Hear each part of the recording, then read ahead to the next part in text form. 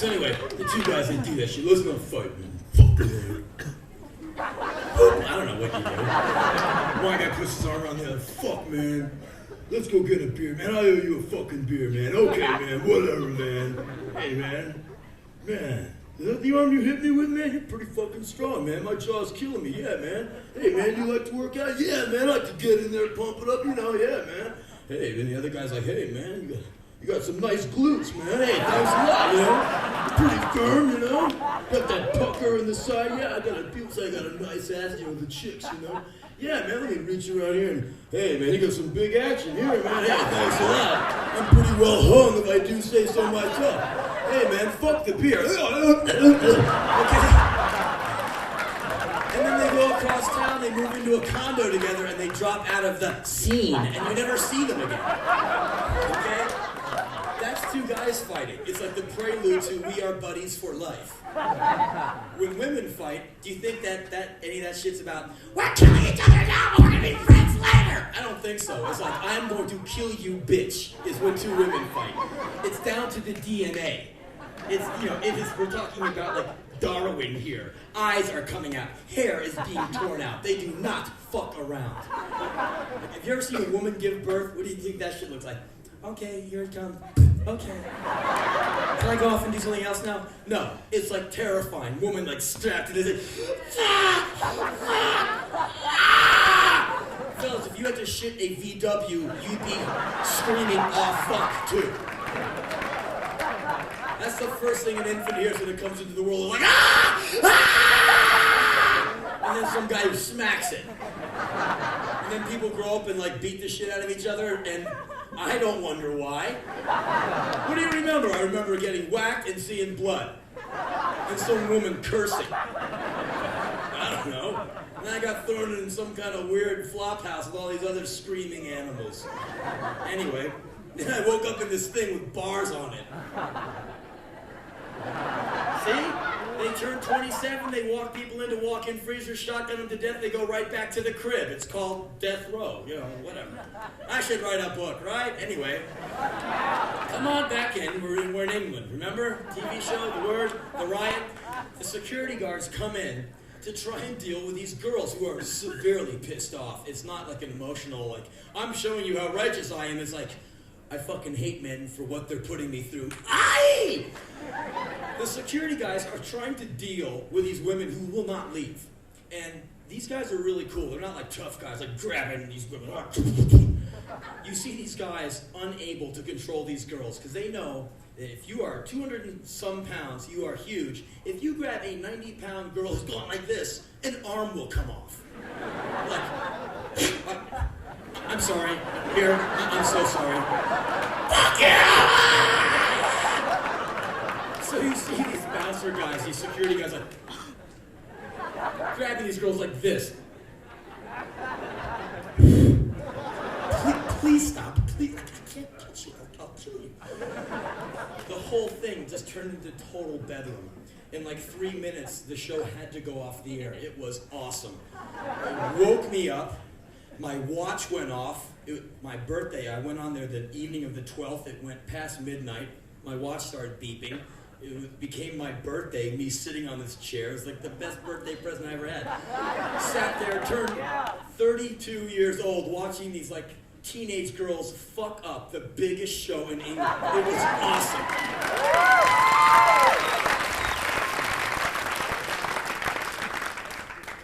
I remember, it's just interesting being here. Years ago, when I was in a band called Black Flag, we would drive all over the place playing gigs, you know, that's what we did. But our shit was very untogether. We just kind of got in the van and went for it. And the tour schedule, the tour itinerary, was this fucked up 8.5 by 11 piece of paper covered with coffee and dead bugs on the dashboard. So you would finish your gig and look at it. Oh, where are we? I don't know, ask someone. Hey man, where are we? Omaha? Okay. Just look on the list. Okay, it must be the 14th of August, man. Omaha. Where are we playing tomorrow? Minneapolis. Okay. How far is that? I don't know, man, but it says 2 sets. We have to load in at noon. All right, we'll get out the atlas. Let's see how far it is. you would dig all over the floor of the van because the atlas has been like shredded. It's all just individual pages torn out just from like 3 weeks of like having 80 people sit on it, live on it, use it as a blanket, a pillow. You know, just we lived like this shit, you know? Like, you know, all these people crammed into like a Dodge Ram van. Like, you would just like live with like 2 guys sleeping on you. Morning, how are you? Oh, I'm sleeping on top of you. I mean, that was our reality, you know? And so you'd look around, I found it. I found Minneapolis, okay. Oh, the drive is... Fuck, man, it's like a 17-hour drive. The guy was booking our shows. He either had it in for us, or he never consulted an atlas. It's like, all right, Monday, I'll put him in Seattle. Tuesday, what starts with M? Miami, I'll put them there. Wednesday, LA.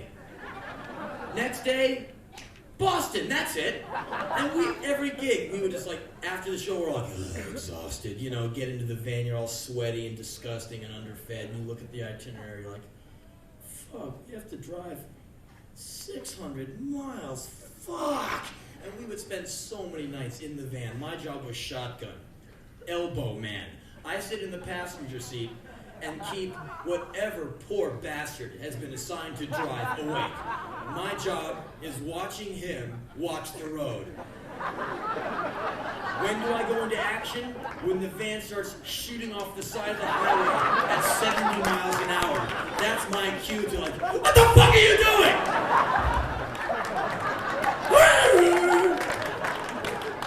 This one time, we played in Omaha. We looked at the map, we looked at the itinerary, we have to be here on this stage for 2 shows, like the 3 o'clock and the 7 o'clock, load in at noon. We look at the itinerary, oh my God, this is not a typo, we really have to do this. We drove all night, had like, you know, matchsticks on our eyes. Have you ever been so exhausted, like you don't even know if you're awake or asleep? Like someone hands you a cup of coffee, here, drink this. You just like drop it, because you thought you were just having a dream about someone giving you some coffee. I'm sorry. He pulled our Ryder truck right up to the front of this place that morning. I staggered out. I got lost in this neighborhood. I just went walking. I loaded in the PA and all the shit into here. They said, okay, Henry, you know, you got about 2-3 hours before the gig. Just why don't you go get some sleep? Okay. And I just went walking this way. I ended up at a McDonald's. It's like, what, 3 blocks away? Like, tripping out of my mind from no sleep. I just sat in there and like bought some shitty food and stared at it. I didn't even drink the coffee, I just stared at it. And then I got up to leave and I looked down and went, oh my God, I have no idea where I am. I like sleepwalked to this McDonald's. And this guy came in, hey man, you're Henry Rollins. I'm like, I am? Okay. What am I doing here? I'm playing a gig, man. What kind of drugs are you on? I'm not. Am I? Am I on LSD? Am I dead? Where's the gig? And the guy led me, he led me here. He like, took me. Come on, man, I'll show you. I really appreciate this. See that building at the end of the street, that big yellow Ryder truck? Yeah, go there. There? Can you show me again? We did like entire tours like this. We'd come home from tours. Have you slept? Yes. Really? No. You know? This one time Dukowski booked us. He like he's like dyslexic or something. He crisscrossed the booking.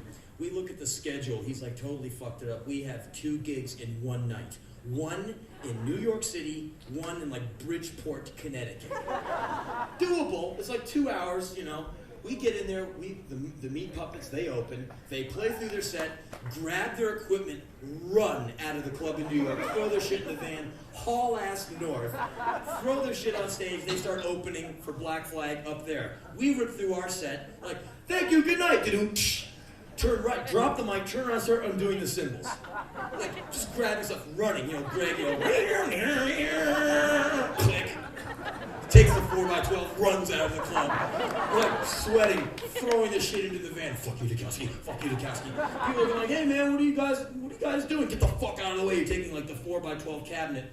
running at people. All the way out the door, throw the stuff in the van, drive all the way up, 1,600 people waiting for us. We walk in through the side, holding equipment still damp from the other gig. Everyone's just like,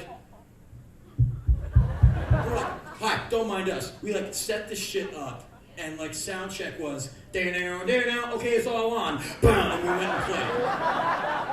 It worked. It was, you know, one of those situations where you either got to kick it or die, and we destroyed it. It was great. And so we finished that, and we're like, all right, now we can sleep. Oh, no. We had a noon show in Boston, like a few hours later. We were like, ah! We get in the van, we drive to the parking lot of the Channel. The sun is coming up. We're like, you wake up, there's like guys with mohawks knocking on your van. Dude, would you sign this? Ah! You're like out of your mind, tired. We have to play in what?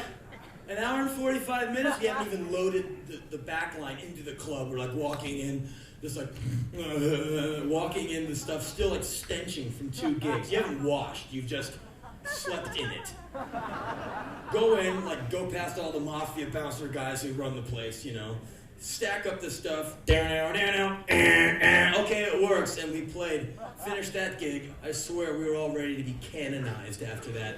We could walk on water, we could like part the crowd with our hands. We were like just total zen, you know. Hey man, you guys had a good gig. Thank you, my son. Are you in the band? No, I'm a visionary with a microphone. You know, we were just exhausted out of our minds, man. And just thinking about all this cold that we've been enduring, apparently the deal is it's going to get extremely cold tonight, so something horrible is going to happen to you when you leave. The guy who picked me up at the airport, well, it's supposed to go down to pass below 0 today. I'm like, yeah? So? And he's like, well, I don't know. That's what they've been saying on the radio.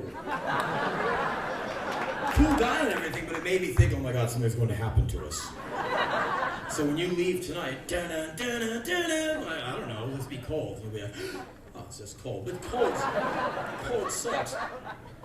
In one of like, you know, the Dukowski Hell tours, we finished playing in Chicago, Cold Town. It's about December 23rd or 24th, right near Christmas time. You look at the 8.5 by 11 crumpled up, fucked up piece of paper, the tour itinerary, and you go, okay, Chicago, day off, cool, I'm gonna do laundry, I'm gonna get the lice out of my hair, great. Next gig, Alberta, Canada. Hey, that's like northern Canada. It's December. Don't you think that'll be kind of cold? I don't know, I've never been up there in the winter. Okay. Northern Canada in December. You inhale, your nose hairs freeze. You exhale, they melt. Freeze, melt, freeze, melt, freeze, melt, freeze, melt. 40 below during the day, 60 below at night with the wind chill. Your car freezes. People plug their cars into electric heaters at night.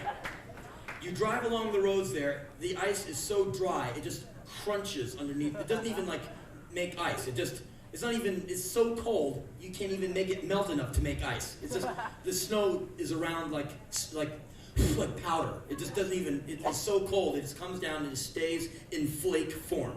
You try and make a snowball, your fingers will fall off from frostbite before it melts enough to make a ball. It's like making a snowball out of flour. It's like, fuck it. You go from like some warm place to the van, you're like, your arm will snap off. You're in the van, you start looking at other people in the van like you've never looked at them before. Like, when this shit breaks down, which one of these guys am I going to feel the most comfortable about eating?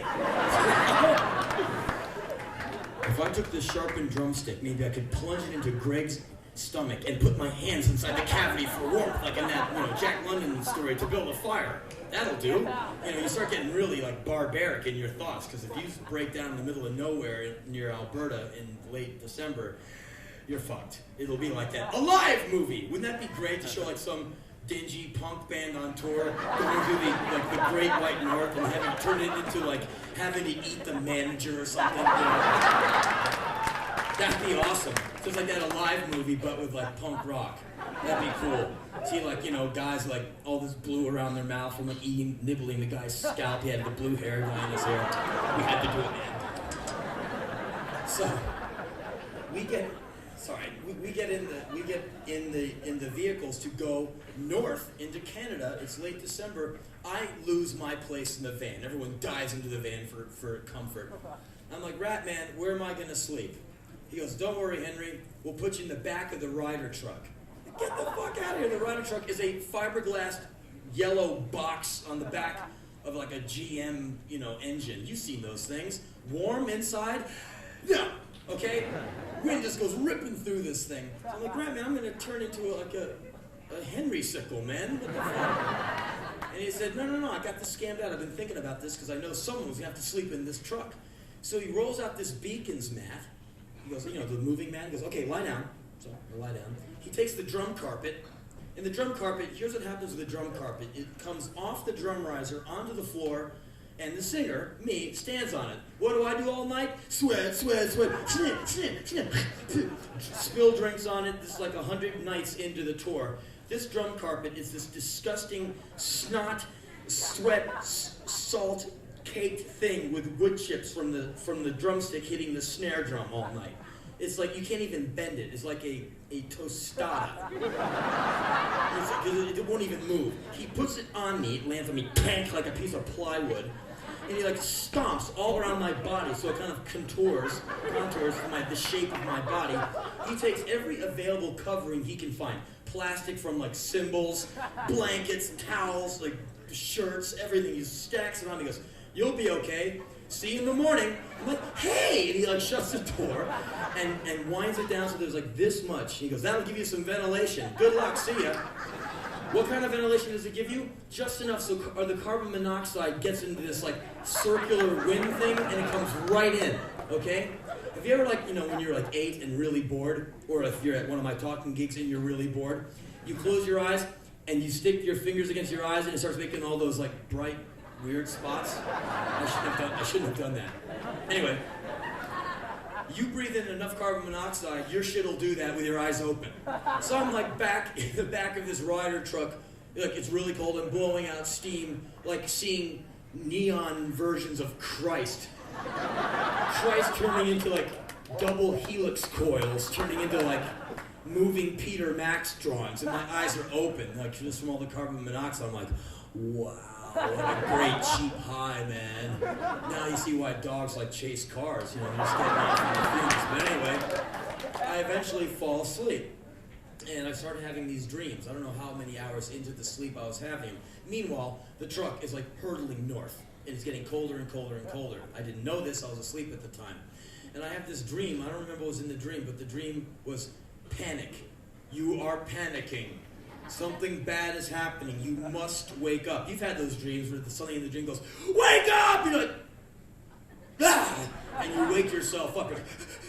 You have the classic nightmare. I had the same thing, only I couldn't wake up. And it's, wake up! Something bad is happening. And I'm like, okay. And I'm trying to open my eyes. And how hard is it to open your eyes? Bink, they're open, right?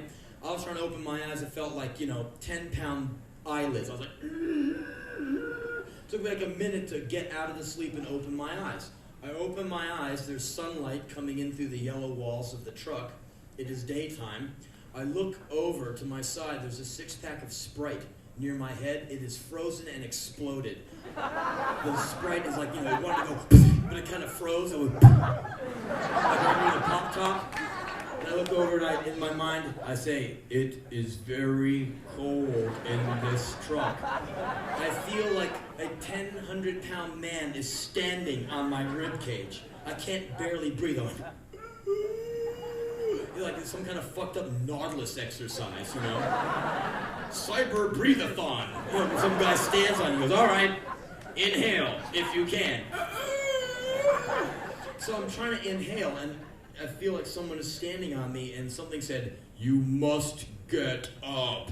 Now, when you fall asleep on your arm, you wake up, there's like this dead thing on you. You're like, ew, oh God! And you try and pick up the arm, but it's like way heavier than you ever thought it would be. And you pick it up and you can't feel it, and it feels like someone else's arm is on you. And you're like, ew, oh God, I can't touch that, but it's you. It's like, I don't see why people get so upset when, they go, and get some snot in their mouth. Like, ew. I mean, you made it. It's you. It's the home team. You know, Oh, okay, I have an idea. We'll see if we can get any of these guys to admit this. If you guys, all of you guys jerk off, right? Of course you do. Now, there's a few of you. No way, man. I don't do it. Liar! Have you ever...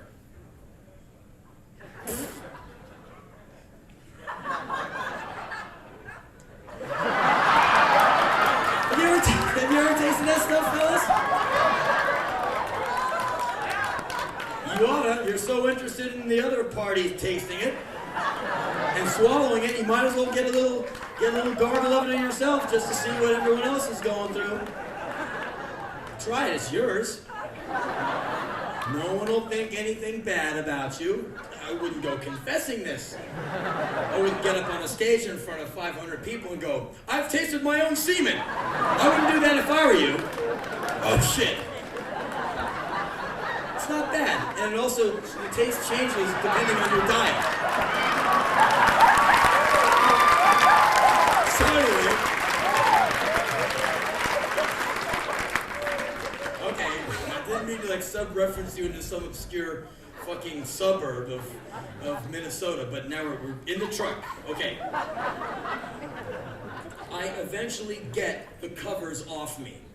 I stand up, 2 pairs of sweatpants, 2 sweatshirts. I look like the Michelin Man. I'm like, So I go slamming into the walls of the truck, figuring that'll alert someone that I'm in trouble. I'll bang on the side of the truck going 65 miles an hour on an I-highway. Sure, everyone will be able to hear me. The trucker's 500 yards over going the other way. They'll be able to hear me. Right. I was out of my mind, obviously. Nothing. So I lie down on the ground and I stick my cold little fingers out through the crack and wave them. Help me, please help me. Hoping that Kira was driving the van with all the people in it and she'd see these 4 little blue digits going up. And she would go, oh, he must need help, and pull the truck over for at least 10 miles. Nothing. I was like, Basically what was happening to me is I was going into hypothermia. I was dying. And so finally, they pull over. And no one in Black Flag was the most compassionate person, We were not known for being the nicest people. If you ever went to a Denny's after a Black Flag show and saw us in there, you'd see 4 corners of Denny's, 4 members of the band, Siamese fighting fish, just everyone away from each other. Hi, how you doing? Are you in Black Flag? I'm in a band with you, right? Okay, we don't talk. That's how it was. No one was like, hey, we're buddies. It was we play together. I mean, that was it. But anyway, Kira opens up the door of the truck, rolls it up. I'm lying down with my fingers still. Help. I'm ashen gray, I'm she's like, what's your problem? I'm cold. Oh, is that all? I'm I hate you, Kira. And so they threw me into the van and they eventually thawed me out, but it was fucked. I don't know, I just thought of that. I really want to tell you this story. I love this story. This is a great story. I love this story. It's about well, you're all comfy, right? Okay. This is about this guy I met. This guy with great style. Now, I'm sure we have a few... No. We have a few alcohol enthusiasts in the house here. We don't have to name any names. We don't have to raise our hands, okay? There are a few of you who like to get shit-faced, and then you throw up on yourself. You wake up in the morning with this headache. Basically, it feels like someone is whacking you upside the head with a baseball bat. You look at all the dried vomit on your leg, and you stagger into the front room where all your friends are, and they rise unsteadily to their feet and give you an applause. You're like, what? You don't remember? No, what did I do? Oh, come on, you were amazing last night. What? You were brilliant. What did I do? Oh, come on, the way you kissed that policeman? Your tongue went into his mouth. That was amazing. We're still scraping the kid off the back bumper of the car, man. You're an American classic. You're incredible. I was? All right. And you'll do these horrible things. You wake up in the morning, they tell you what you did, you go like, oh, God, what an asshole I was. You'll go up and mouth off to some guy, and he'll go like, who's this drunk asshole in my face? And you'll be out. Your friends will drag you away. You wake up the next day with your jaw unable to move. What did I do? You mouthed off to that big jock guy and, tried to pat him on his head. He fucking kicked your ass in the parking lot of a Burger King. You don't remember that shit? No, I don't. So a lot of times you don't have a lot of style when you're drunk. I have to deal with so many drunks with what I do. I tour with a band, right? It seems like all the drunks at the gig always somehow find me. I don't know why. They get like at the divining rod. Like, where is he? They find me. And you know how people are when you meet them? They're really, really cool. Hey man, my name is Barney. I live here. Cool, man. Then Barney, 3 hours later, gets drunk. Hey man, remember me? I talked to you 3 hours. Hey man, where you going? Hey, rock star, man. Hey, David Bowie, man. What's the matter? You can't talk to me? Like, I don't want to talk to this guy. You finish playing, you're like, all tired, and like, here's this drunk guy who now wants to talk to you. And why is it that drunk guys, when they talk to you, they have to be this far from your face? They forget that you can talk to someone from like arm's length and it's okay. You will politely step back, but you don't want them to see you stepping back because they'll just follow you. So you kind of go like, uh-huh, cool. Yeah, that's very interesting. Yeah. And like, but they'll follow you. They're like heat seekers. And they get right in your face, man. I just want to fucking tell you something, man, because, okay, I'm drunk, right?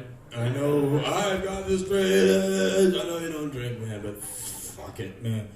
You know better than me, man. You're just a fucking person, man. I can fucking talk to you if I want. But, man, I just wanted to say, man, fuck, right on, man. Give them the limp hand. So nice to meet you. Whatever, man. I just want to fucking say that, man. Then comes the big hug scene. Fucking Henry, man! Budweiser down the neck. Yes. Henry, man. You fucking say it. You fucking say it, man. Fucking. Right on, man. Good night. And you walk away from them, they're just like, they drive you crazy. I just hope that the next time any of you ever get drunk, you manage to have a modicum of style. Because when you ride the silver bullet, all you do is ride your father's station wagon into the light pole. That's the drag about those beer commercials. You guys, they're for guys. Like women don't get off. Not that I know, but I just watch these ads and go like, who is this oriented towards? Here's like the good-looking guys and the good-looking girls who are in every bar, right? Wrong. Like it's like a bunch of models, not real people, models all there like, and what are they doing? Drinking beer, and as soon as you want to get in the club, just get a silver bullet. And they have that horrible music guy. Ride it, drink it, smoke it, kill it, ride the silver bullet tonight. Brad Gill's guitar solo trailing off. And it shows like these beautiful, sexy men and women drinking beers. Like that's gonna get you laid, And it's a drag. The guy goes out, he wants to meet the hot girl, so he gets the silver bullet and ends up getting his ass kicked in the parking lot. And it's so sad in the wintertime, like in a town like this, in the winter, you will go by like abandoned parking lots and see people in frozen cars drinking 6-packs of beer alone in the front seats of the car. That is to me like the most awesome image of the American bluesman.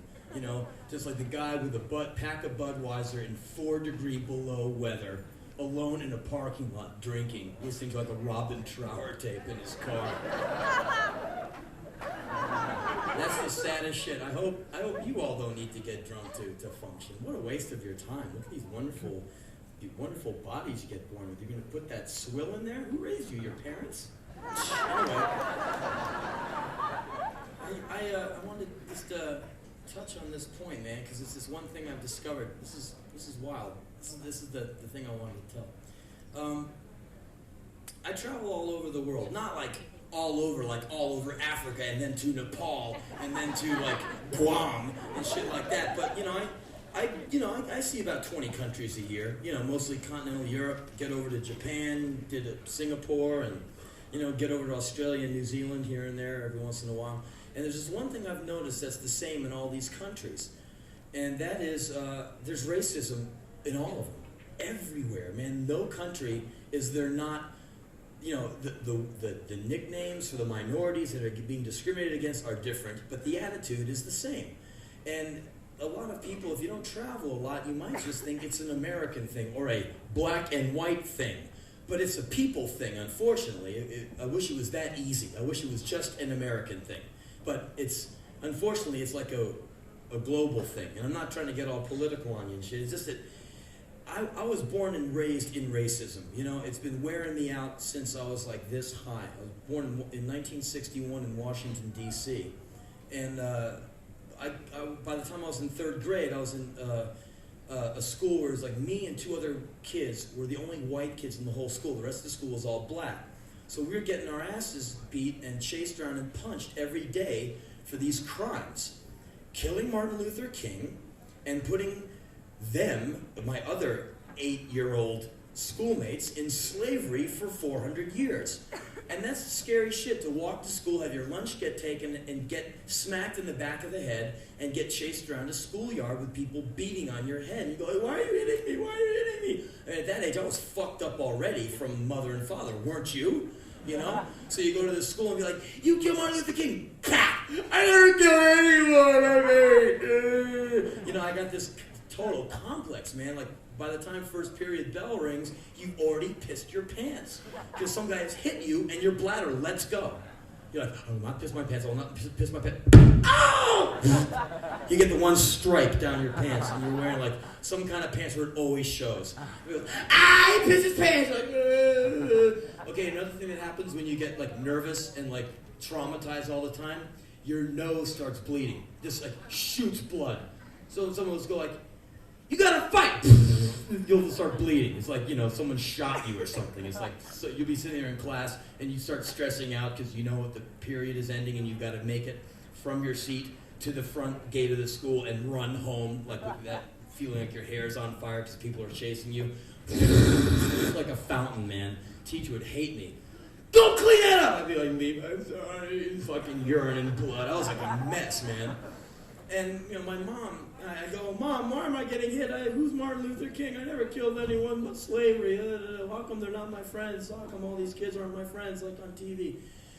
And my mom, she's was smart enough to know that you can tell an 8-year-old the truth, and they'll get it. Who's dumb at 8? Your mind can get things. My mom said, look, kid, it's the 60s. This is Washington, D.C. This city's burning. I mean, it was, there's riots and shit. These kids are not your enemies. They've been hearing bullshit that that they heard in their neighborhood, that maybe their father's saying. You haven't killed anyone. These kids are okay. Even though they hate you, they don't hate you. They're not old enough to hate yet. They're just talking shit. Be their friends, and everything's okay. Just don't worry about this. It's just try and make friends. And I'm like, okay, because I was, why are they hitting me? Why are they calling me, whitey and all this shit? She said, Henry, you're all of you are 8-year-olds. You're little idiots. You don't know anything, okay? But these kids are not your enemies. Get it straight. I'm like, okay, I got it. And so then I get together with my father on the weekends, and his whole thing was, so how are those spades treating you? I'm like, fine. Tell the truth. What happened? I swam in the urinal this week. I'd be taking a leak in the urinal. Bam! They kicked me right in, like that big trough. Like, you women wouldn't know about these things, but us men folk have these long YouTube things full of water, cigarettes, piss, and those mothballs, and we all hop up on these platforms like, hey man, what's up? Oh yeah, so how's a little lady? Hey, didn't mean to get any on your partner? Okay, we all stand up there together, rub elbows and urinate. Hey, what's up? That's how we talk about stuff, And so when you're a little person, you can actually almost go swimming in those things. Because you're small, they're kind of big. And I'd be like, bladder bursting, but so nervous you can barely get any urine to come out. You've done that. You've been in those restrooms and like your bladder's about to explode, but you can't get any to come out. I couldn't fill a thimble if I thought anyone was staring at me. You know, you're trying to concentrate, like relax, fellas. If you ever stress out trying to take a piss and you can't do it because you're thinking like someone is looking at you, so you start doing mathematic tables in your head. You're like 6 times 7 is 42. 7 times 7 is 4. You'll go. It works, believe me. Anyway. So I'd have to swim in the urinal, I'd get my face bashed into the water fountain, get the lunch taken. That was like a prerequisite. Bring the lunch. I started making sandwiches that they liked. The one kid, this kid named Aaron, would always take my lunch, and I'd get back to him. So what do you prefer? Do you like the peanut butter and banana, or do you like the egg salad? I like the egg salad. Okay, Mom, can you make me an egg salad? This kid's going to punch me in the mouth and take I want to make sure he gets his nutrition. Meanwhile, I was like stick boy from like no lunch. Anyway. I go, yeah, Dad, he took my lunch, I swam in the urinal. My dad, he'd be laughing so hard. He's got a cigar, it's going all over my legs. He's got the Pabst Blue Ribbon between his legs when he's driving. He'd hit every red light. I've seen a guy try and drink a beer sitting down. It's hilarious. He's like contorting himself, looking around with his Redskins cap on. Put down the pass, get right in the ball sack there, and he always gesturing with a cigar, like hitting me with the ash. Those fucking spades! Ah, ha, ha! What are you, a fucking spade lover? And I'm like getting covered with his ash, going, I have to endure 48 hours with this man. I am almost 9, and I hate him already. Oh my God, what is adulthood going to be like? And so he would, I said, well, Mom says that these are just kids just like me, and I'm not supposed to hate anybody. And he just said the most classic shit. He said, Henry, your mother's a good woman, and I want you to respect her. But she's a nigger lover, so don't take her too seriously. Thanks, Dad. That's so great. You're like 8 or 9. That's the kind of shit you need to hear, because at that age, everything you hear from your parents goes like thumbprinted right onto your brain, So, I knew he was full of shit from the get-go because my mom gave me the right idea. But anyway, that was my reality growing up. DC was just always running from black kids, being scared of going to this theater at night because the black guy's going to beat you up at the bus stop. All this just utter bullshit, and I was always sick of it. And so anyway, you get older and older and you just keep seeing the same shit. It's just like, God damn it. And the drag is if you're in a band and you do gigs, sometimes like these Nazi guys come to your show, and you're rocking out, having a good time. There'll be these guys in the middle of your crowd sig-heiling you.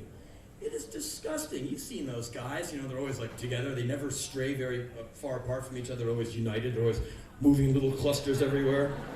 And some of these guys, like, the guys from the White Aryan Resistance are handing out these newspapers with like these depictions of like black guys with lips this big eating watermelon, and like it's all typos all over it. You try and read this shit, you go like, who puts this stuff out? A bunch of idiots do, right? So anyway, it's just something I see all over the world. The shit makes me sick. I expect it makes you sick too. I had these bad experiences with this shit in Black Flag. We would go down to Florida and just have 50 guys in the crowd going like this. And if you ever said anything like, fuck you guys, that means you have to deal with them at the end of the night. They'd all be waiting for you by your van. Like, you flip me off, man? You're like, oh, great, I have to talk to a guy on glue now. Fantastic.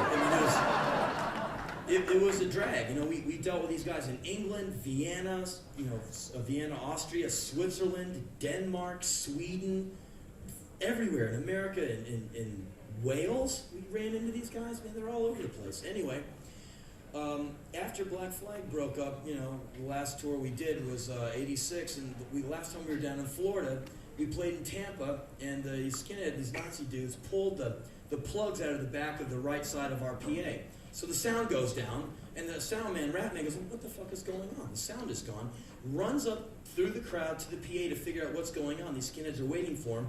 They drag him down a flight of stairs by his ankles, so his face goes boom, boom, boom, boom, boom. He looked like Rocky V, man.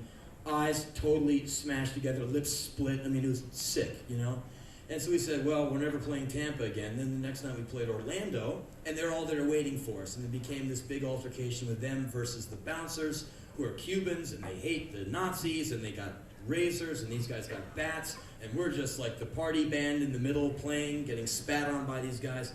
It sucked. So, a year later, I got my own band. I say to myself, great, I'm the boss. I don't get to play every place I want to play, but I don't have to play any place I don't want to play. So that part of Florida, no more. I get these letters all the time. Henry, please come and play Tampa. We miss you. And I write them back, move to New York. You know, I'm not playing there again. You know, I live in Orlando. Please don't hate us forever. Move to New Jersey, kid. I play there every 10 days. You know, I won't go down there. So anyway, 2 summers ago, we're on tour doing the Lollapalooza thing. And so I look at the tour itinerary. We are the opening band. We are the band that you did not see, okay? We played, you were in the parking lot. You know, puking. There's like 30 people watching us, waiting for Trent, you know? We're out there, I hate my dad, It's like 12 noon. There's like 13 guys with 9 Inch Nails shirts on, smoking, talking through our gig, looking up at us like, it was so, you know, we had a good time, but you'd be playing in broad daylight to like an empty field. It was like some kind of weird existentialist thing. We were playing to the abyss. And look at the Warner Brothers reps there, you know, waiting for Perry to come, you know? And so we're out there, playing to no one. And so I looked at the list, and it says Orlando, Florida. And I'm like, oh no, I don't want to play there. Those skinhead guys will be there. That's it. I'm not going to play. Ha-ha. Who gives a fuck if we play anyway? No one saw us, so I thought, oh, well, we might as well play. It doesn't matter if we show up or not. We could have gone home, and people at Lollapalooza wouldn't even know we didn't show up. Here's your money for the tour. Thanks. I did the whole thing in my backyard, in the hammock. How's it going? I don't know. I only played 4 shows. You know, so anyway, I mean, no one was even awake. You know, the stage crew like, oh, the opening band has played. Okay, let's get the real guys up here. All right. So, you know, that's how it is when you're the opening band. So anyway, we hit Orlando, and I go, fuck, I have to play in this town that I hate. And so then I start thinking to myself, there won't be any skinheads at this gig.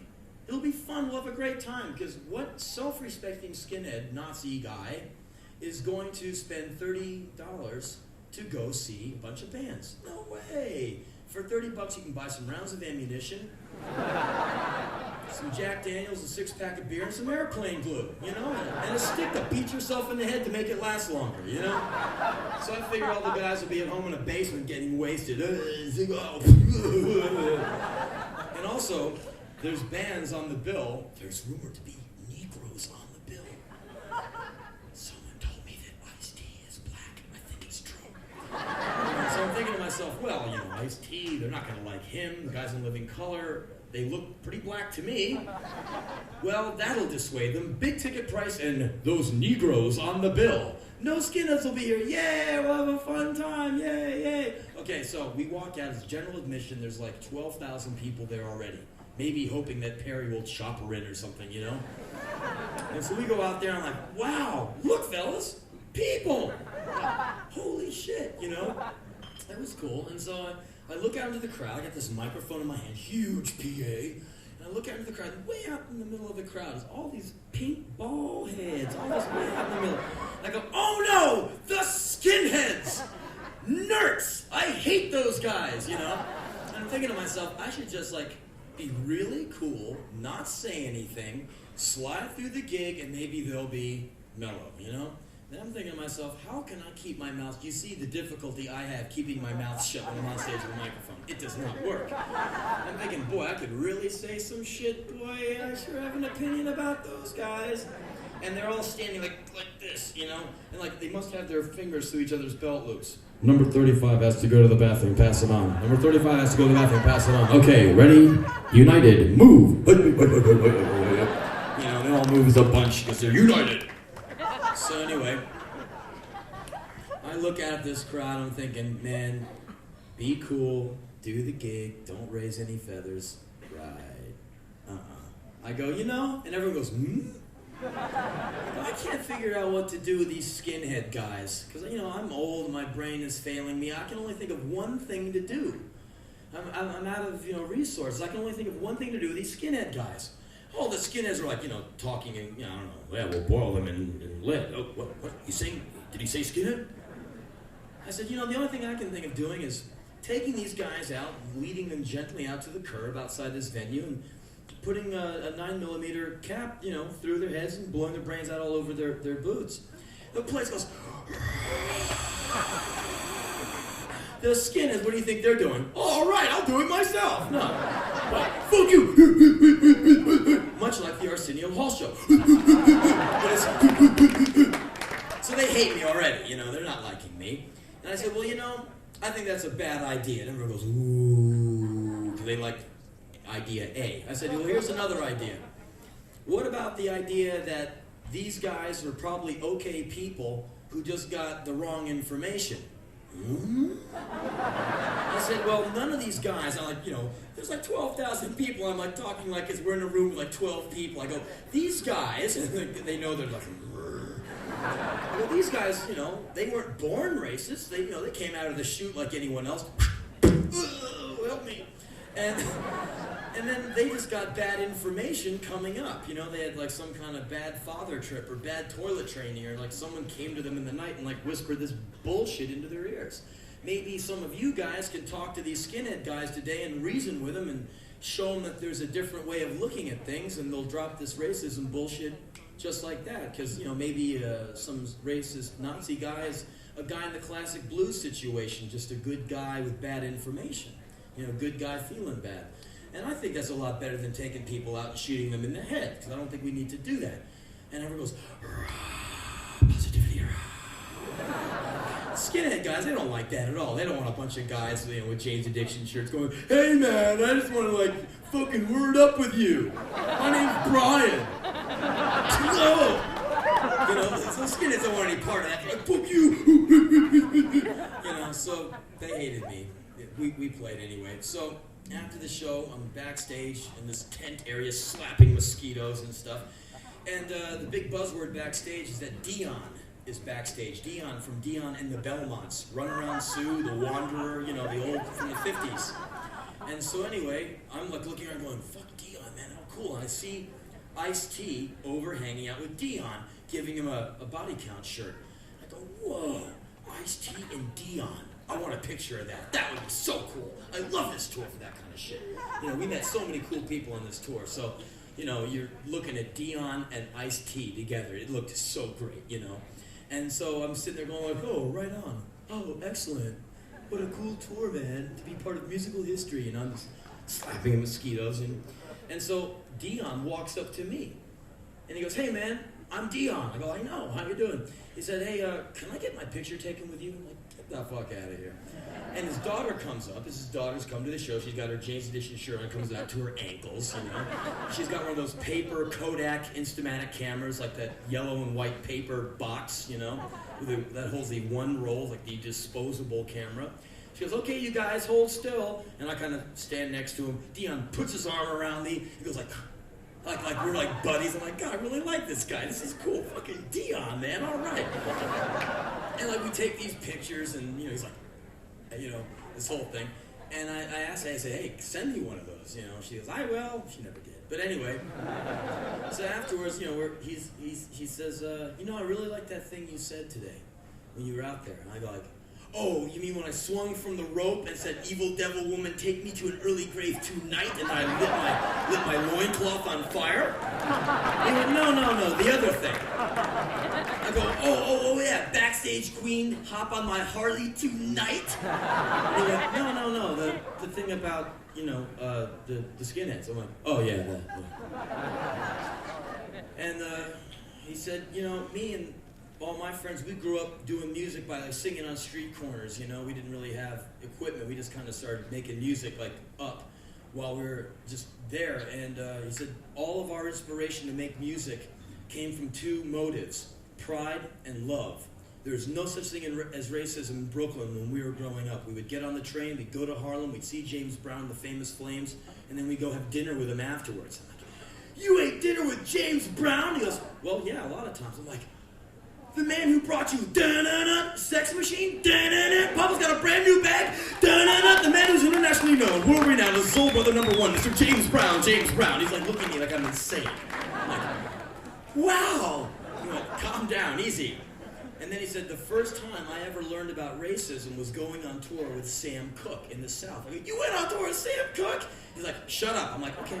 I love that guy too, so I'm like, wow, Sam Cooke, James Brown, like in the same paragraph. Amazing. And so he said him and Sam Cooke, they'd be touring down in the South. He's a city boy from Brooklyn. He's never been down south before. So he goes down south.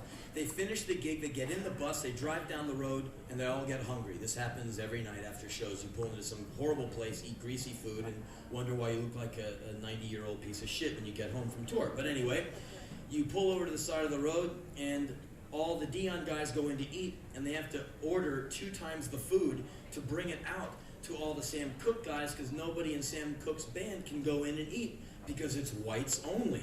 And this blew Dion's mind. He's never seen anything like that. He goes, you can't go in because you're black? I mean, they said, yeah. He goes, no, come on, you must have read the sign wrong. No, you're in the South. It's called racism, Dion. He never had heard of that before. What a horrible way to get introduced to racism, as in there could be a good way. I don't think there's a nice way to find out about it, but that must have been a real culture shock for the guy. So he told me about that, and what a hypocrisy. Imagine like the guy and the girl dancing in there to some Sam Cooke song, and they don't even know, because it's on the jukebox. They don't even know the guy's 30 feet outside in a bus because he can't come in because he's black. How fucked up is that?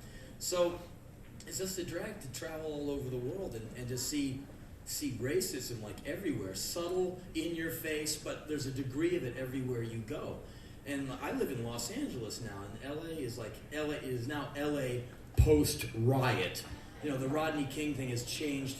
Well, it's changed a lot of the way people look at the law, but in LA, it's just a whole different city now. It was always a fucked up, violent place. Now it's even more fucked and more violent, and you don't know who's packing. No one makes eye contact. Black guy and a white guy go to a door, neither one knows who to let in first. You go ahead. No, you go ahead. Don't shoot me. No, don't kill me. I'm not a racist. Neither am I. Okay. Hey, I'm not even gonna wipe my hand off. Okay, well, right on. And you go. I mean, it's so tense there. It's like really fucked up. You walk down the street and your whole day is being on like tenterhooks, like tap dancing across a minefield or something. It's fucked up. But I wanted to just tell you this one last thing. I know your asses are getting flat and sore. I'm just waiting for it to get -4 out there. Because I want something to be really bracing when you leave. Like, God, that guy is so boring. That'll be the -4. That's why I'm keeping you here, so it gets nice and cold outside. I want to tell you about the dumbest thing I ever wrote in my life. And I've written a lot of dumb shit. You can read those books. I wrote that when I was in 3rd grade. Anyway, at one point, years ago, I went out with this girl. And I was like really into her. I was in love. It was not lust. It was not the adult shuffle. The adult shuffle is relationship number 185, where you don't even get the name anymore. You just shake hands, exchange business cards, copulate, high five, and leave. Oh, nice doing business with you. I'll see you again. Here's my card. Oh, here's my card. Thank you. Now, remember, relationship number 1 was just like, oh my God, this is the coolest thing ever. Now I see what Ted Nugent is talking about. Yay! And of course that relationship, I will be with you forever, like a 3 Dog Night song. And then of course that relationship goes, yeah, and you never knew what you saw in that person in the first place. God, you're fucked, I never even liked you. But 2 minutes before, I will love you forever. Relationship number 2, you're not gonna do the same shit that you did on relationship number 1. Relationship number 5, the guy will he'll definitely start scamming it out so he can do what he wants and still play that Motown 7-inch sincerity line to the girl. He'll say, well, I'm this way, and I do this, this, and this, and the girl will go, okay, that's cool. And then, later, when he screwed 8 of the girl's friends and she finds out, you fuck 8 of my friends. Hey, man, I told you when I met you that I was a free spirit. And that's what that means, man. I'm a free bird. And so, by relationship number 60, it's just nothing but, mind games, we're like, haha, I'll fuck up this guy's mind, I'll go out with him for 6 weeks, I don't even like him for 6 minutes, but I'll just destroy him, and, people get really mean to each other. So, this was not that. This was, love. I was all into this girl. I was probably way more into her than she was into me. You've done that one-way shit. We're like, I love you, I love you, I love you. And the other person goes, what's your name again? You're like, ah! And you're crushed, you know. And so I went out with this girl, and it was probably a lot cooler for me than it was for her. Anyway, one day I called her, I'm like, hello, it's me. And she goes, we have to talk. Hard, you know something's wrong. It's like resting on my belt. About what? I think you're a really cool guy. But I think we should just be friends. Ground floor. I'm being dropped. Are you dropping me? Click. Hey! She dumped me. I was just like, I was hating it, man. I was just like, you know, sitting at home. Why is it that when you get dumped or you're really depressed, you always play all that sad, lonely, eating shit music? Shouldn't it be the other way around? She's like, I'm not depressed. That's when you put on like the Public Enemy record or like something that like puts you through the roof. Why is it like the guy leaves you, the girl leaves you, whatever it is leaves you, and you put on the stupidest, hokiest, that's when you put on Three Dog Night's greatest hits and you play the song One. What is the longest number that you'll ever do? What a 70s thing to say. One is the loneliest number that you'll ever do. Yeah, man, let's do some Coca-Cola. Let's do a hamburger. That was 70s shit, man. Let's do McDonald's. Like, one is the loneliest number you'll ever do, man. A guy who wrote that probably had sideburns down to here and bell bottoms. But anyway, you're playing all that stuff. Okay, I'm playing all that stuff. Got Roy Orbison's 20 greatest hits going. Any record by Thin Lizzy will do. Even when Phil is rocking, there's still tears, man. You know, like, tonight there's gonna be a jailbreak somewhere in the town. Damn it, man. You know, he's always so righteous, he's always so painful, you know. So I'm in my room playing like all the sad and heavy shit, you know. Playing like that ABC record, you know, shoot your poison arrow. You know,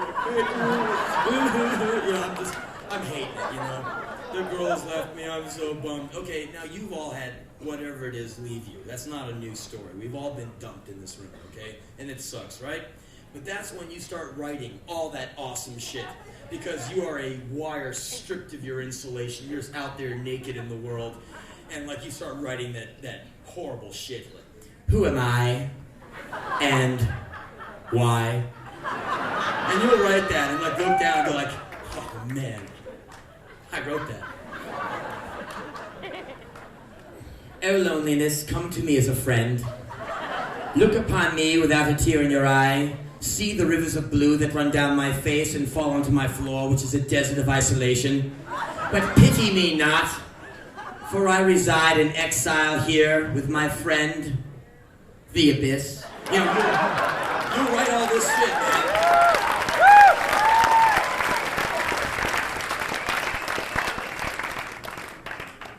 It is so cold here in my existential room. O darkness, thou hast come into me like a host. You know, all this, like, the worst stuff. But when you're bummed out, man, that stuff is like, right on. You can put on a Cure record and go, right on. Get out the lipstick.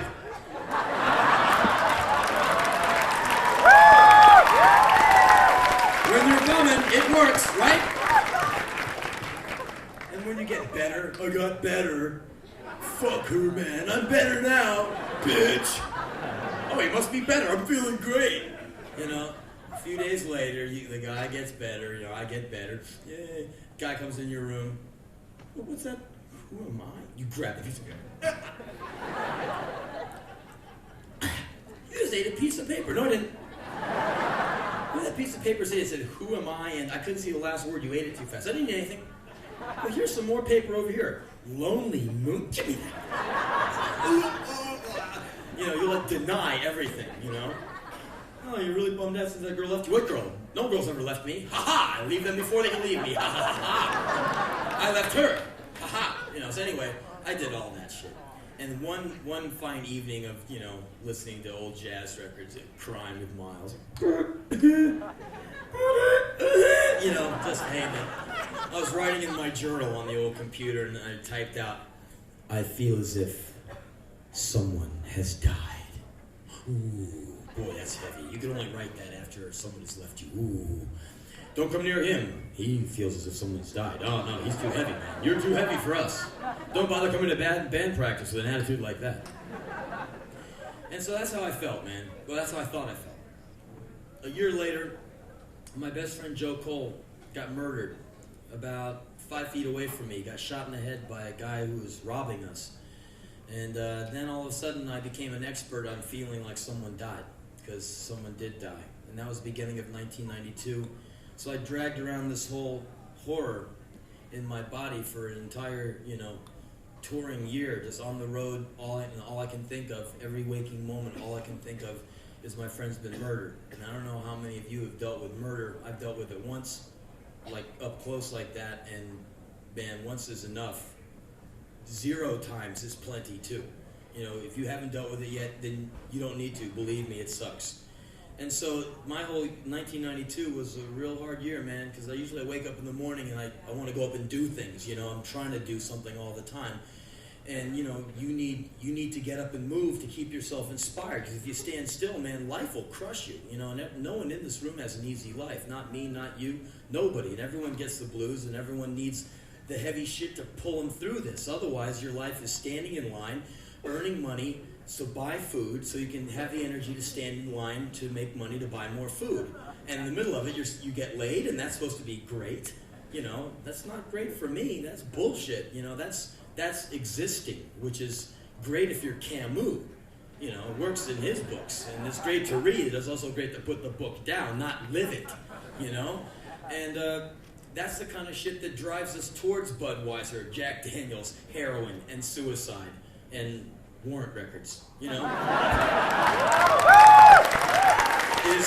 the grind. It's the grind, and the grind will kill you every time, so you always find ways to try and transcend the grind. That's why you buy records. That's why you pick up paintbrushes, microphones, guitars. That's why you go to they probably at least have one night a month here where they have a rave in this place. Do they have that? They probably have the strobe lights, and Steve has them somewhere in here.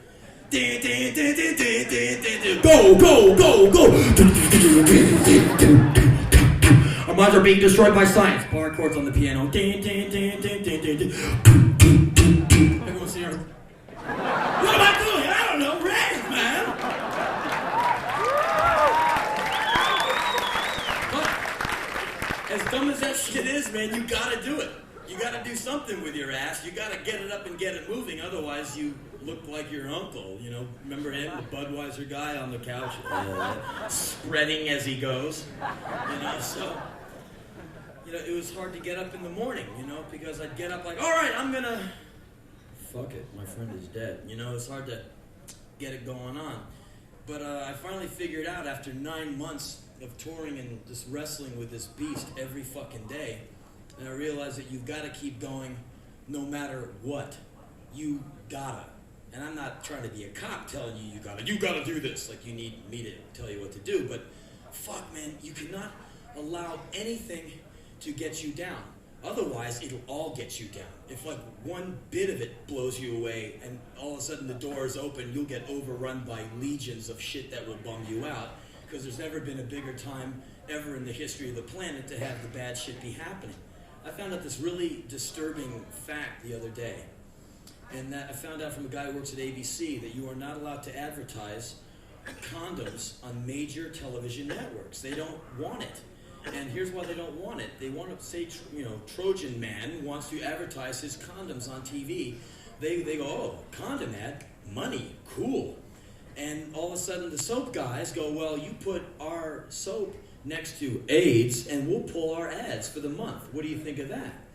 Now, in my mind, condoms aren't about AIDS per se. They're about long life, good sex, which is safe sex, prevention of sexually transmitted diseases, sure, contraception, and basic hygiene, And basically life. When sex can kill you, that which can help prevent death is a damn good thing, I reckon.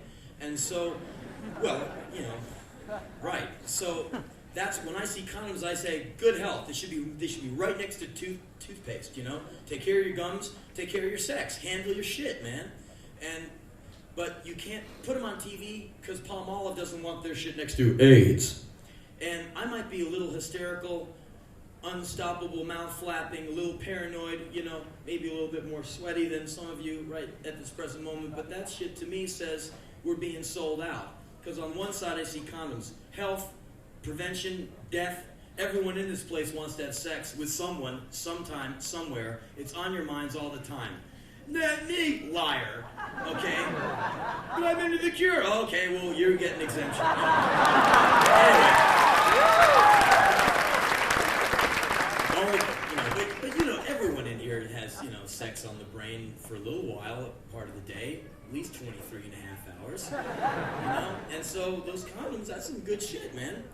And so basically it says to me that the man sees condoms, soap money, health, life and death, money.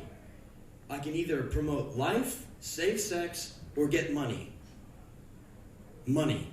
He goes for money. He sells us out for soap. Okay, that's what it says to me. And it says to me on a larger, more hysterical, paranoid scale, if you're black, go die. If you're gay, go die. If you're a intravenous drug user, go die. If you're Barbara Streisand, come on in. You know, if you're in People magazine, come on in. The rest of you, go fuck your little brains out and go die. But before you die, buy American. You know, and that bums me out. You know, because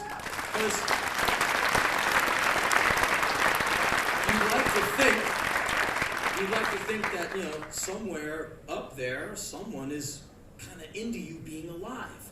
That says to me, people up in the upper regions of the stratosphere of the money world don't give a flying fuck about your ass, man, unless you're consuming. And that's depressing for me. So we're on our own, friends. You know, there's no one looking out for us but us. So everyone in here has to be smarter, cooler, stronger, more tolerant than their parents ever had to be. Because when your mom was wobbling around in the 50s, there was not 17-year-olds shooting at each other with Uzis in high school, you know, gymnasiums and shit. You know, it's a different time. So at this point, there's very, very little left for us to do. A lot of our options have been thinned out because we can't sell out to the man. I'm sure there's a few rebels in here, right? Some of you people are, oh, I'm a rebel. Why is it that so many people show that they rebel by getting fucked up? I'm a rebel. He drank 8 beers. He's a rebel. He puked on his face and he fell asleep on the sidewalk. Oh, what's that? Lying on the ground snoring. It's a rebel. I don't know. If you look at your history books, no great rebellion ever happened without a lot of forethought and clarity. No one just went out there and shot a bunch of people and changed anything. The Great Rebellion starts right here and manifests itself in a cool manner, you know? So, like, you know, when Perry Farrell is drilling into people's heads every night in front of 25,000 people a night on Lollapalooza, he'd say the same thing every night. He'd say, you guys want to change shit? Vote. If you can vote, vote. Open your mouth and have an opinion. Vote. And, hey, man, I thought that was pretty right on. I think Perry is probably responsible for at least 5,000 votes going, one way or the other, but he got people off their ass. I think that was right on. It's a very wonderful time to have an opinion about something.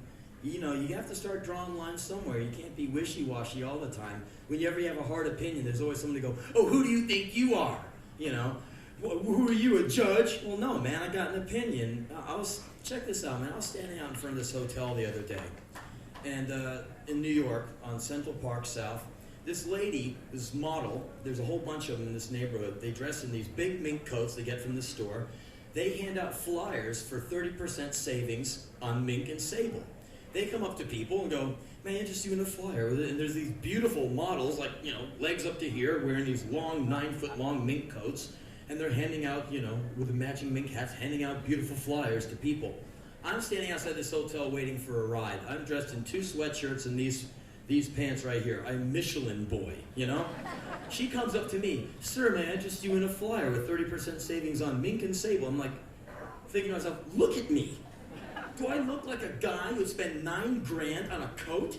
Sure, I look that stupid, but I don't look that rich. So I don't take the flyer, so I look at her and go, eh. And I return my gaze to the street thinking she knows the city this is. This is New York. Everyone abuses each other. Hey, fuckhead. Hey, dick brain. Hey, you know, that's New York. If you say thank you, oh, you're from out of town. Yeah, I say thank you and people pour coffee in my cup. You don't say it around here, ow, fuck. You're in New York. You know, that's how it is. So I figured she would know, oh, another rude New Yorker. I turn around, she's still there. She goes, do I take that as a yes or a no? I said, neither, lady. I was just being rude. Give me a break. We're in New York. Okay, yes, I'll buy a coat. You go to LA, you skin Daryl Gates, I'll wear him as a coat. Okay? I was just like taking advantage of the situation to, just go off, a little street theater. I go, I'll wear that pig, but I don't want to wear a cute little mink. I think they're cool and they're hopping through the bushes and stuff. But I'll wear, you slice me up that pig and I'll wear him. Just to see how pissed off she would get. I thought it was pretty funny. She goes, well, I don't own this mink, and I don't kill minks, I don't even like mink coats. But I just hand out these flyers. This is just my job. You don't have to be rude. I said, lady, you have a fucked up job, If you don't believe in killing minks and wearing their shit, you shouldn't have the job. Well, I don't think you should be so rude. I said, I think you should quit your job. It's like saying I tie hangman nooses for the Klan, but I don't hang anybody with it. Like, the beginning of that MC5 record, either you're part of the problem or you're part of the solution. And these days, when you have teenagers blowing each other's brains out over dope, you gotta start having a fucking opinion about something. I mean, wouldn't it be great if, major corporations started, folding from non-interest? What if they put out 10 truckloads of Marlboros and no one showed up to smoke them? That'd be so hot. Please buy this poison. I don't know. I want to live till I'm 150. I can't put that shit in my mouth. Please? That shit causes cancer. Please get a little bit of cancer, please? So I can make many more millions off your ass? No. Pretty please, half off, which is a great American giveaway. You get it for 50% off. People will buy bags of steaming dog shit if they can get it 50% off. Look, honey! Oh my God, what is that? Dog shit! What are you doing in the house with dog shit? 50% off. Oh, wow, let's find 101 uses for it. Great for my skin. I mean, if they can get a discount, people will buy, nuclear bombs for their backyard if they get them cheap enough. But I just say, you should quit your job, lady. You should stand up for what you believe in. I think everyone here should do the same fucking thing in their own way. Because either, you contribute to the bullshit, or you go, no, man, that's not me. Fuck that shit. Because 2 hours back, the condoms, in my opinion, you don't put condoms on TV, a lot of middle Americans are never going to understand that they're okay. Because a lot of people get their signal from TV, as in Michelob, okay. Condoms, I don't see them. That means I'm supposed to go get them in some clandestine place. Can you imagine, the 18-year-old guy going into the drugstore, stomach in knots because he's so self-conscious about buying condoms. He buys them, he's going up to the cash register. Hope the guy doesn't say anything. Hope no one saw me buy these things. Condom buyer in 1A, condom buyer in 1A. The guy's ah! What about the girl who goes to the condom store? Girl goes to the drugstore, buys a dozen extra large Trojan Golds. Guy behind her in line's looking over. Hey, you got a phone number? She's like, gives her money and the condoms to the guy behind the cash register. Look, this young lady's buying some extra large condoms. Big night tonight? So of course the girl's like, yes, big night tonight. Ha ha ha, thank you very much. But in her mind, she's pissed, You fellas, don't piss women off. Don't piss them off. Any animal that can pass a thing that big through a hole that big, you don't want to fuck with. Easy, go easy on them. They're not as frail and supple as you think. Kick like mules. I grew up in one. I grew up with a woman. My woman, my mama, tough woman, tough town. Hey, easy. Anyway. You don't put condoms on television all the time, people won't think that they're okay to use, and then we'll have more horrifying statistics, like over 40,000 HIV adolescents in New York City alone. New York City's not a big city. It's a busy city, but it's not big. 40,000 people. How many nights would it take a sellout audience to fit 40,000 people in this room? A whole lot. 40 nights. Prince, on the stage, would have to play for 40 nights to get the amount of adolescent HIV-positive kids from New York to fit in this place. Look around you. This room is pretty fucking big. That's a very alarming statistic. So basically what I'm saying, I don't want you to bum out. Fuck, he fucking bored me for 4 hours and then he said I'm gonna die.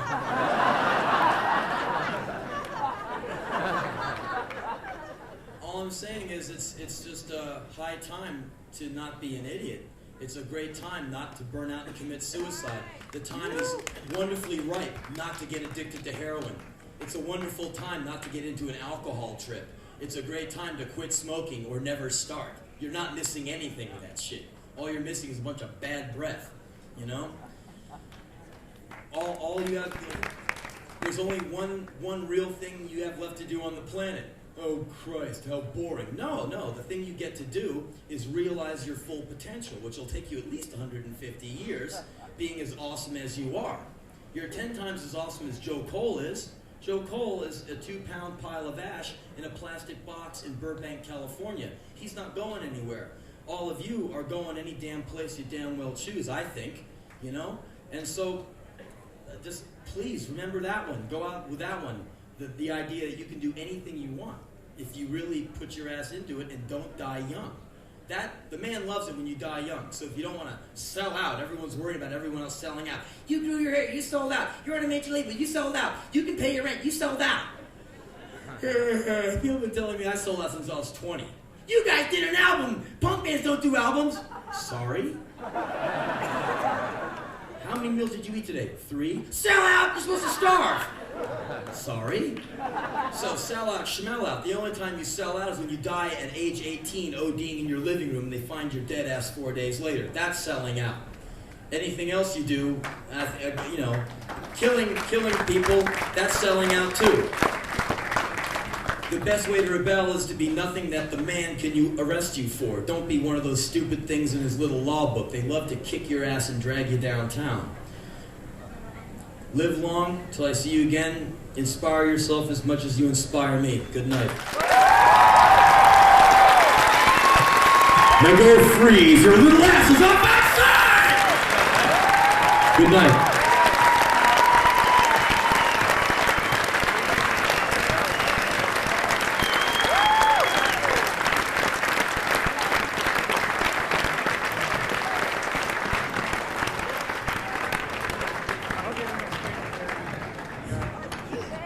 All right, Henry Rollins.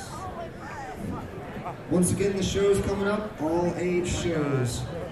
Daniel Ash, Monday, March 22nd. Super Chunk, Monday, March 29th.